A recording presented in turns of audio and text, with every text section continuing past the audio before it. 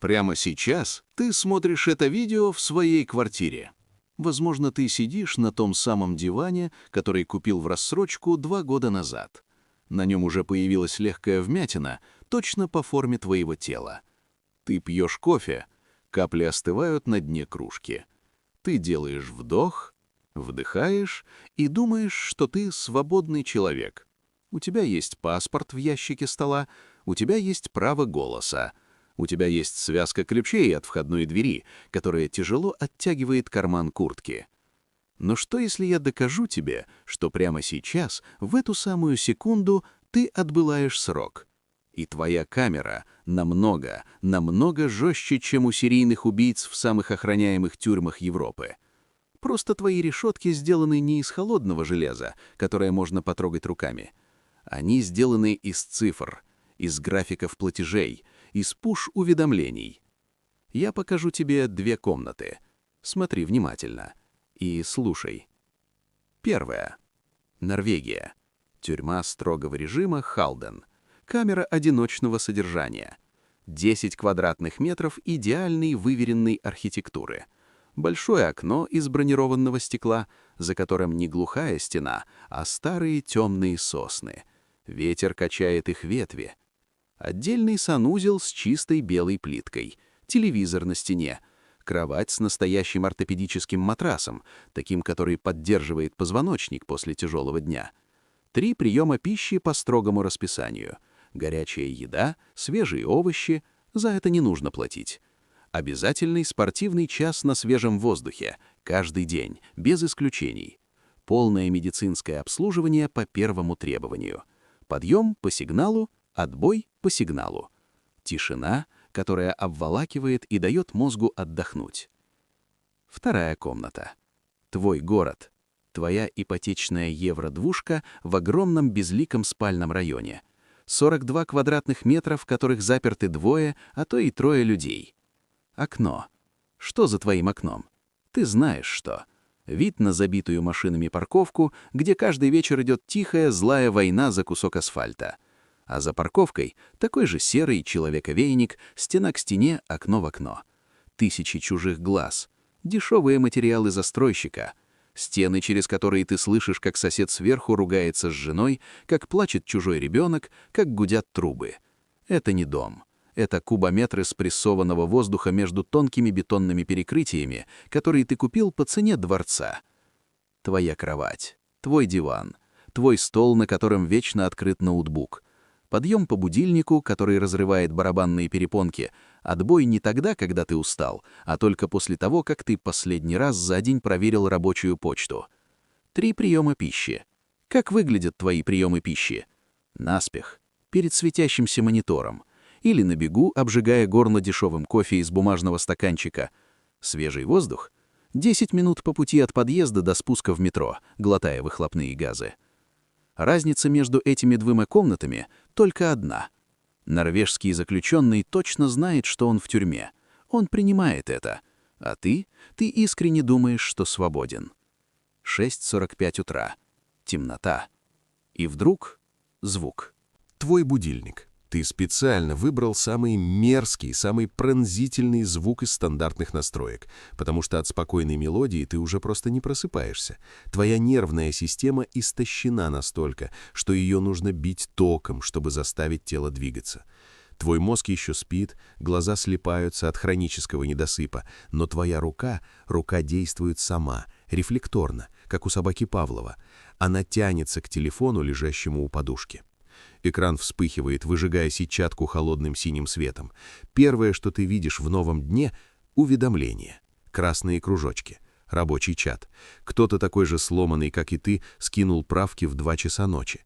Это не срочно. Это могло подождать до 9, но ты уже прочитал. Мозг получил сигнал тревоги. Кортизол впрыскивается в кровь. Все, ты в системе. Еще лежа в постели, еще даже не умывшись, не почувствовав вкуса воды, ты уже на работе. Ты уже должен. Завтрак. Ровно 8 минут. Ты никогда не ставил таймер, но твое тело знает этот хронометраж до секунды. Именно столько времени укладывается в узкий зазор между горячим душем и моментом, когда нужно дернуть ручку входной двери. Ты глотаешь еду, почти не жуя. А потом начинается этап. В настоящей тюрьме это называется этапирование, когда заключенных, лишенных воли, грузят в железные вагоны и везут из точки А в точку Б по жесткому неумолимому расписанию. У них нет права изменить маршрут, у них нет права выйти раньше. У тебя это называется утренняя поездка в метро. Ты спускаешься под землю. Ты знаешь этот тяжелый запах, смесь разогретого металла, чужого дешевого парфюма, сырой верхней одежды и усталости. Ты заходишь в вагон. Двери с шипением закрываются, отрезая путь назад. Ты стоишь зажатый со всех сторон. Чужие плечи давят на твои. Ты не смотришь людям в глаза, здесь это не принято. Все смотрят вниз, в светящиеся прямоугольники. Ты тоже достаешь свой. Ты скроллишь ленту. Бессмысленные картинки, короткие видео, чужая успешная жизнь. Ты не вникаешь в суть. Строки кода просто гипнотизируют тебя, заставляя палец двигаться вверх-вниз, вверх-вниз. Алгоритм, написанный бездушными машинами, пожирает твое время, чтобы ты не сошел с ума от клаустрофобии этого железного ящика. Тебе просто не выдали оранжевую робу. На тебе пальто, купленное на распродаже. Но суть та же. Офис. Open Space. Бескрайнее море одинаковых столов. 30, 40, 50 человек в одном душном помещении. Воздух гудит от работы серверов и шепота десятков голосов. Свет люминесцентных ламп выедает цвет из лиц, делая всех серовато-бледными. Подними голову, посмотри на потолок. Черные полусферы камер слежения. Идеально расставленные, не оставляющие слепых зон. Все знают, что они там есть. Все делают вид, что не замечают их. Ты садишься на свое стандартизированное кресло, двигаешь мышку. Экран оживает. Начинается отсчет. В тюрьме это называется строгий режим. У тебя это называется график работы с 9 до 6. Тысячелетиями рабовладение было грубым, дорогим и чертовски неэффективным. Человека нужно было выследить, поймать, заковать в тяжелые железные цепи, кормить, ставить над ним вооруженного надзирателя с кнутом. И была одна главная проблема. Раб всегда знал, что он раб. Он смотрел на свои цепи, видел стертую в кровь кожу и ненавидел их. В его сердце всегда жила искра бунта. Система долго училась, и она поняла свою ошибку. Она эволюционировала. Современная версия контроля гениальна в своей извращенной простоте. Современный раб сам приходит, сам выбирает себе цепи, сам платит за них и сам же их надевает. Более того, он улыбается при этом. Он называет это своей главной жизненной мечтой. Смотри, как изящно захлопывается ловушка. Тебе с детства говорят со всех экранов: своя квартира — это признак состоявшегося взрослого человека. Твоя крепость, твоя гавань. Ты не хочешь быть неудачником, верно? Ты соглашаешься. Ты копишь первоначальный взнос, отказывая себе во всем, идешь в сияющий стеклом и мрамором офис банка, тебе предлагают кофе, девушка с идеально белыми зубами кладет перед тобой стопку бумаг, и ты ставишь свою подпись. Ты берешь ипотеку на 25 лет. 25 лет. Остановись и вдумайся в эту цифру. Ты только что своей собственной рукой продал бездушной финансовой машине четверть века своей жизни, своей молодой энергии, своего здоровья, своих нервов, своих не случившихся путешествий и непрочитанных книг, в обмен на право спать в бетонной коробке на окраине. И это право даже не окончательное, оно висит на волоске, под угрозой потерять все, если ты пропустишь всего пару платежей. Раньше надсмотрщик говорил рабу: «Работай, или я изобью тебя кнутом до полусмерти». Теперь система говорит тебе: «Работай, или банк расторгнет договор, заберет твою квартиру, и твоя семья, твои дети окажутся зимой на улице с чемоданами». Кнут никуда не исчез, он просто мутировал, превратившись в график аннуитетных платежей. А результат абсолютно тот же. Ты не можешь позволить себе остановиться. Никогда. Но системе мало одной ипотеки. Ипотека — это только якорь, а нужны еще цепи на руки и ноги. Тебе говорят, что ездить на метро — это не статус, тебе нужна машина. Ты берешь автокредит. Тебе говорят, что твой телефон устарел, камера снимает хуже, чем у коллег. Ты берешь рассрочку на новый кусок стекла и алюминия. Ты устал? Пора в отпуск. Турция, все включено. Как оплатить? Кредитная карта с грейс-периодом. Это же так выгодно. Каждый новый долг — это тонкая шелковая нить. Поначалу ты их не чувствуешь, но их становятся десятки, сотни. И в какой-то пасмурный вторник ты просыпаешься, смотришь на потолок и осознаешь леденящую кровь правду. Ты больше не можешь рискнуть. Ни в чем. Ты не можешь встать и уволиться, если на тебя орет, брызгая слюной, некомпетентный начальник. Ты будешь стоять, опустив глаза, и глотать унижение. Ты не можешь послать все к черту и уехать на месяц в горы, чтобы просто послушать тишину. Ты не можешь заболеть, ты не можешь позволить себе творческий кризис, потому что 5 числа платеж по ипотеке, 15-го автокредит, 25-го минимальный платеж по кредитке. Это больше не цепь, это невидимый пульсирующий ошейник с шипами внутрь, который ты затягиваешь на собственном горле каждый раз, когда открываешь банковское приложение. Хорошая тюрьма — это не только толстые стены, это тотальный, непрерывный надзор. В камере Халден за норвежским заключенным через глазок следит живой охранник. В твоей жизни надзиратель намного эффективнее. Он лежит у тебя в кармане. Твой черный прямоугольник смартфона знает, где ты находишься, с точностью до шага. Он знает, в каком магазине ты стоишь. Твой банк до копейки знает, что ты ешь, какую одежду покупаешь, сколько тратишь на аптеку. Работодатель видит по зеленому кружочку в мессенджере, когда ты онлайн, когда ты прочитал задачу, сколько секунд ты на нее смотрел. В конце XVIII века философ Иеремия Бентам придумал чертеж идеальной абсолютной тюрьмы. Он назвал ее паноптикум. Это круглое здание, где камеры расположены по периметру, а в самом центре высокая смотровая вышка с затемненными окнами. Суть паноптикума в том, что заключенные никогда не видят надзирателя. Они не знают, смотрит ли он на них прямо сейчас или пьет чай. И из-за этого парализующего страха они ведут себя послушно всегда, круглосуточно. Технологические гиганты не придумывали ничего нового, они просто оцифровали идею Бентама. И самое смешное, самое нелепое в этой ситуации, ты сам пошел в магазин и заплатил за эту вышку надзирателя огромные деньги, купив новый флагманский гаджет. А теперь история. Слушай внимательно, потому что это не выдумка. Ему было 38 лет, назовем его просто «он».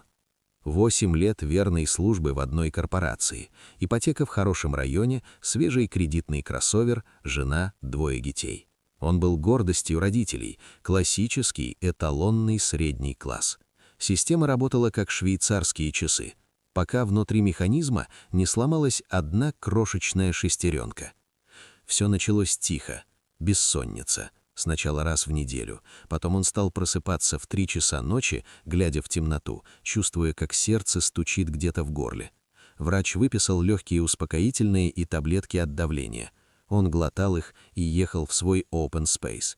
А в один обычный четверг, прямо во время важного зум-кола с руководством, произошло странное. Он смотрел на монитор, он слышал, как шевелятся губы начальника, он слышал звуки, но слова перестали складываться в предложение. Смысл просто растворился в белом шуме. Комната начала сужаться, воздух стал плотным, как вода. Он попытался сделать вдох и не смог. Ему показалось, что он умирает прямо там, в офисном кресле. Скорая помощь. Запах спирта. Кардиограмма. Врач с усталыми глазами ставит диагноз – тяжелейшее эмоциональное выгорание, глубокое тревожное расстройство на фоне критического переутомления. Приговор – строгий постельный режим, полная изоляция от рабочих процессов, больничный – минимум на месяц, иначе – инсульт. И вот здесь часы остановились. Месяц без зарплаты. У него была хорошая должность, но, как у всех, платеж по ипотеке съедал 40% дохода. Платеж по ипотеке 1 числа, автокредит 15-го, оплата частного садика для младшего, продукты. Накоплений у него был ровно 0. Он, как и миллионы других, всегда думал, вот раздам долги, со следующего года начнем откладывать. На 5-й день его больничного зазвонил телефон. На экране номер HR-директора. Голос в трубке был мягким, почти бархатным. Очень вежливо, подбирая правильные корпоративные слова, HR объяснила, что компания сейчас находится в стадии глубокой структурной оптимизации и что его отдел расформировывают. Ему, как безусловно ценному сотруднику, предлагают написать заявление по собственному желанию, обещая выплатить 1 оклад сверху, чтобы не портить трудовую книжку увольнением по статье. Эта дружелюбная, современная корпоративная система показала свое настоящее, холодное лицо ровно за 3 минуты телефонного разговора. Иллюзия развеялась. Ты был ресурсом, шестеренкой. Ресурс сточился, сломался, ресурс выкинули в мусорное ведро, поставив на его место новый. Дальше все начало происходить со скоростью свободного падения в черную дыру. 1-й месяц. Просрочка по ипотеке. Ему звонит вежливый оператор из банка, напоминает о платеже. Он обещает внести на следующей неделе. 2-й месяц просрочки. Звонок. Но это уже не банк. Это коллекторское агентство. И это совершенно другие люди. У них нет бархатных голосов. Они звонят ему на мобильный каждый час. Они находят номер его жены. Они дозваниваются его пожилой матери. В их лексиконе появляется тяжелое свинцовое слово «приставы». Всего 3 недели назад он был успешным человеком в костюме, который обсуждал стратегии развития. А сегодня он сидит в сумерках, в квартире, где через месяц люди в форме начнут описывать телевизор и микроволновку. Он обхватывает голову руками и не может понять, что он сделал не так, где он свернул не туда. И ответ, который разрывает его изнутри, по-настоящему страшен. Он все делал так. Он играл строго по правилам. Просто сама система сработала ровно так, как была задумана с самого начала. Она высосала его до дна и выплюнула. А теперь вопрос к тебе. Да, к тебе, сидящему по ту сторону экрана. Ответь честно. Не мне, себе. Загляни в свою банковскую выписку прямо сейчас. Если завтра, в обычный вторник, ты по любой причине потеряешь свой доход, уволят, заболеешь, сломаешься, сколько у тебя есть живых денег? Сколько ты сможешь продержаться до того момента, как начнутся просрочки, до того момента, как тебе начнут звонить? 3 месяца? 1 месяц? 2 недели? Статистика — это жестокая наука. Она беспощадна. Более 70% людей отделяет от тотальной финансовой катастрофы всего 1 невыплаченная зарплата. Всего 1 месяц без пополнения карты. Это значит, что если ты сломаешься завтра, у тебя есть в запасе всего 30 коротких дней. Ровно 1 месяц, прежде чем эта невидимая улыбающаяся машина начнет перемалывать твои кости в пыль. Того самого норвежского заключенного в камере Хальден обязано содержать государство до конца его дней. Он в безопасности. А ты системе не нужен. Пока ты здоров, пока ты крутишь педали и генерируешь прибыль, тебя терпят, тебе дают кредиты.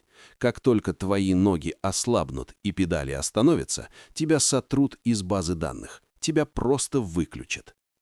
Твоя тюрьма не находится где-то снаружи. Тебе не нужно ехать в Сибирь или в Алькатрас. Твоя тюрьма — это твои кредитные договоры, лежащие в нижнем ящике комода. Тюрьма — это твои понты, твои брендовые вещи, купленные в долг, и твой липкий, животный страх потерять статус в глазах людей, которым на тебя плевать.